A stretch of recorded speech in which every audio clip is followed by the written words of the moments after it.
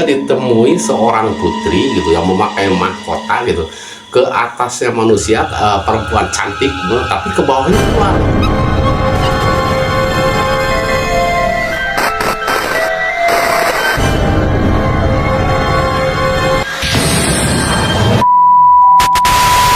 Halo guys, kali ini kita ketemu lagi dengan Kantil TV.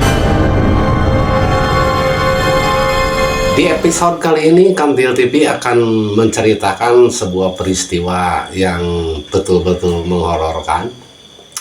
Ini juga peristiwa dialami oleh seseorang yang masih sama, dia tidak mau disebutkan namanya. Dan ini cerita berawal ketika dia sedang melakukan pekerjaan, yaitu pekerjaan sehari-hari lah. Dia bermata pencarian sebagai petani, dan dia juga membuka lahan gitu ya di sebuah di sebuah lereng gunung gitu ya, membuka lahan.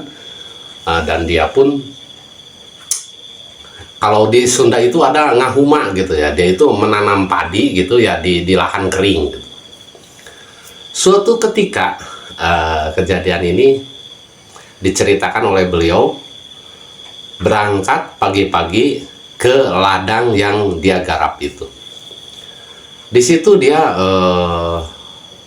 biasa melakukan aktivitasnya, yaitu membersihkan segala yang harus dikerjakan oleh dia itu dilakukan pada hari itu dengan semangat, karena dia berpikir itu membuka lahan. Dia pun berharap lahan yang dia garap itu betul-betul menghasilkan gitu di kemudian hari.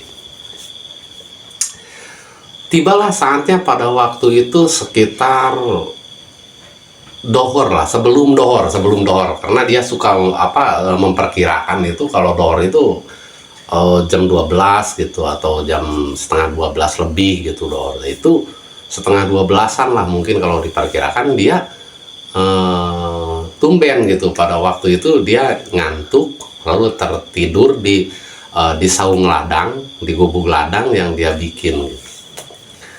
Nah, disinilah peristiwa itu terjadi, karena pada saat dia sedang tertidur, dia bermimpi dia ditemui seorang putri gitu yang memakai mahkota gitu, ke atasnya manusia, perempuan cantik, tapi ke bawahnya ular itu semua. Dia pun kaget gitu ya. Dalam mimpinya itu dia ditemui, dan si perempuan yang sepotong ular itu katakanlah sangat menyukai dia gitu. Bahkan terus, tapi dia kengerian itu kerasa nggak kerasa ya, karena itu dalam mimpi gitu ya. Terus entah apa yang terjadi, dia juga ikut ngobrol gitu, malah ngobrol dengan perempuan setengah ular itu, karena memang menurut dia wajahnya cantik banget. Akhirnya ketika dia dikejutkan oleh suara pohon yang tumbang gitu ya, nggak besar-besar amat ya, itu pohon tumbang, jret, dan dia terbangun. Ketika dia terbangun, dia ingat dia harus mengerjakan sembahyang gitu ya.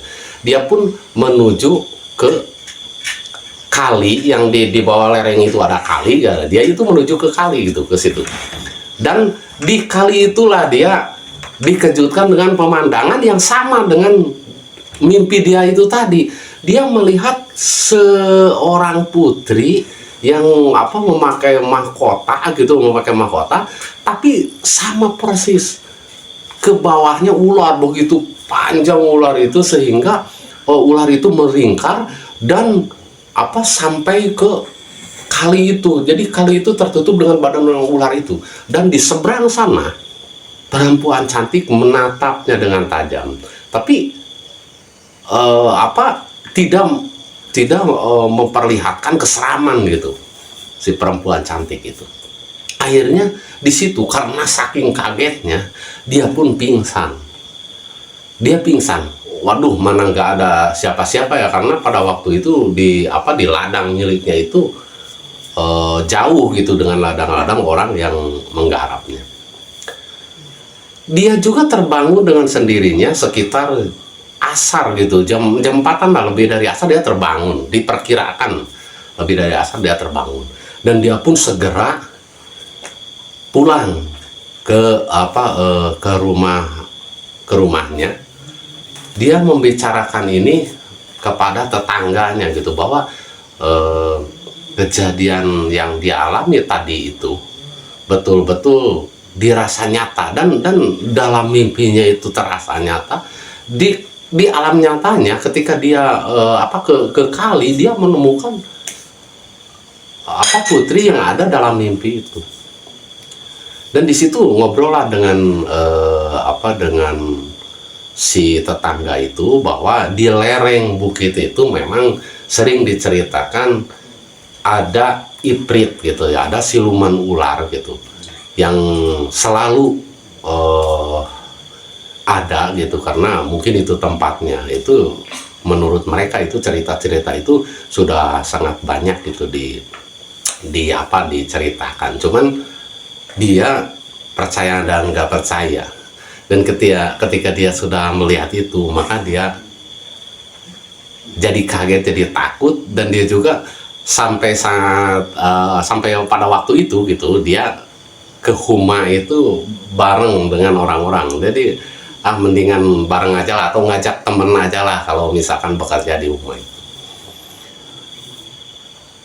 Sampai cerita ini selesai, dia pun tidak menceritakan hal-hal yang lain lagi, karena dari semenjak itu dia tidak menemukan lagi peristiwa-peristiwa yang sama persis dengan itu. Dia juga tidak baik dalam mimpi maupun dalam kehidupan nyata, dia tidak pernah bertemu lagi dengan si putri itu. Itu sepenggal cerita yang beliau ceritakan kepada saya, dan ini beliau juga yakini ini adalah dialaminya. Oke pemirsa Kanti TV, untuk episode kali ini dicukupkan sekian. Tunggu episode selanjutnya yang lebih menghororkan lagi. Wassalam, go.